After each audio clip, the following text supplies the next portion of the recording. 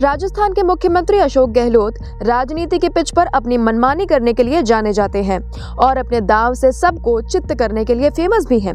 लेकिन इस बार लग रहा है जैसे उनके दाव उन पर ही भारी पड़ रहा है और अध्यक्ष पद की कुर्सी के साथ साथ सीएम की कुर्सी भी गंवाते नजर आ रहे हैं। तो आइए जानते हैं इस रिपोर्ट में, क्या अशोक गहलोत के पास और भी कोई दाव बचा है या फिर वो फंस चुके हैं। पार्टी कोई भी शर्त मानने को तैयार नहीं है। अजय माकन। जयपुर से लौटने के बाद दोनों पर्यवेक्षकों मल्लिकार्जुन खड़गे और अजय माकन ने प्रेस कॉन्फ्रेंस पर काफी कुछ साफ कर दिया है। उन्होंने सभी बातें मीडिया के सामने रखी हैं। उन्होंने बताया कि अशोक गहलोत के दूतों ने 3 शर्तें रखी हैं। लिहाजा उसके बाद में शांति धारीवाल जी, डॉक्टर जोशी और प्रताप काचरियावास, ये तीनों विधायक उनके नुमाइंदे के तौर के ऊपर हमारे पास में आए और उन्होंने 3 शर्तें रखी।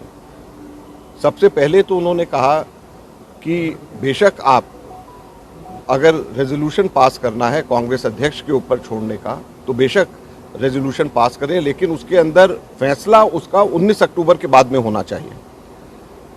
तो हमने कहा कि अगर अशोक गहलोत जी रेजोल्यूशन मूव करते हैं कि कांग्रेस अध्यक्ष के ऊपर सब चीज़ें छोड़ी जा रही हैं और 19 अक्टूबर के बाद में, क्योंकि अब अशोक गहलोत जी खुद ये कह चुके हैं कि वो कांग्रेस अध्यक्ष के उम्मीदवार हैं, तो 19 अक्टूबर के बाद में जब वो खुद अध्यक्ष बन जाएंगे तो अपने ही रेजोल्यूशन के ऊपर अपने आप को ही एम्पावर कर रहे हैं, तो इससे बड़ा कन्फ्लिक्ट ऑफ इंटरेस्ट नहीं हो सकता, तो ये आप इसको मत करिए। लेकिन उन्होंने कहा नहीं, ये पब्लिकली आपको कहना पड़ेगा और रेजोल्यूशन का हिस्सा बनाना पड़ेगा कि बेशक रेजोल्यूशन आज पास हो लेकिन 19 अक्टूबर के बाद ये इंप्लीमेंट होगा। दूसरा, हम लोग जब कहा कि हम सबसे अलग अलग एक एक करके बात करेंगे तो उन्होंने कहा नहीं, हम ग्रुप्स में आएंगे। तो हमने कहा कांग्रेस की हमेशा से ये प्रथा रही है कि हम लोग सबसे एक एक बात करते हैं ताकि फ्री फ्रैंकली बगैर किसी दबाव के जो भी विधायक कहना चाहे वो अपनी बात कहे। तो उन्होंने कहा नहीं, हम लोग ग्रुप्स में आकर के आपको बात कहेंगे और ये भी आपको पब्लिकली कहना पड़ेगा। तीसरा, उन्होंने जो पॉइंट जो उन्होंने बोला कि 102 जो विधायक उस वक्त लॉयल थे, अशोक जी के साथ में थे, उनमें से ही कोई बनाया जाना चाहिए, सचिन पायलट या उसके ग्रुप में से नहीं बनाया जाना चाहिए। लेकिन इन शर्तों को पार्टी ने मानने से इनकार कर दिया है। ऐसे में सचिन पायलट के सीएम बनने की संभावना बाकी है। 90 विधायकों ने नहीं दिया है इस्तीफा। पायलट गुट।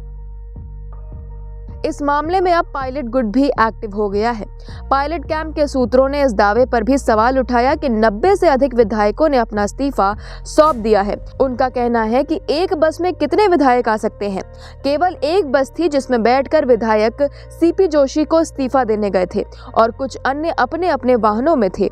ये आंकड़ा 72 से 92 के बीच है, लेकिन क्या अब तक किसी ने लिस्ट दिखाई है? 92 विधायकों का आंकड़ा हवाबाजी का है। करीब 30 से 35 विधायक सीएम आवास पर थे और कई विधायकों ने धारीवाल निवास पर हस्ताक्षर नहीं किए।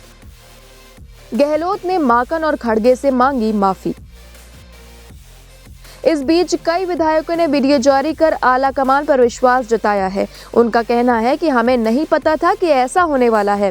हमारे लिए जो भी सोनिया गांधी का निर्देश होगा हम उसका पालन करेंगे। हमें सचिन पायलट के सीएम बनाए जाने से कोई ऐतराज नहीं है। ऐसे में अशोक गहलोत की चिंता बढ़ गई है। अंदर खाने खबर है कि अशोक गहलोत ने माकन और खड़गे से माफी मांगी है।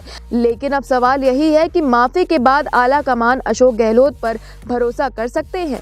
क्या अब गहलोत अध्यक्ष पद के दावेदार हो सकते हैं? हालांकि इन प्रश्नों का उत्तर 30 सितंबर के बाद ही मिल सकता है। हालांकि आज कमलनाथ सोनिया गांधी से इस मामले में मिल सकते हैं। वो इस मामले में गहलोत से बात कर रहे हैं ताकि पार्टी को नुकसान न हो। फिलहाल इस रिपोर्ट में इतना ही। आप राजस्थान में किसे सीएम के रूप में देखना चाहते हैं, कमेंट बॉक्स में बताएं।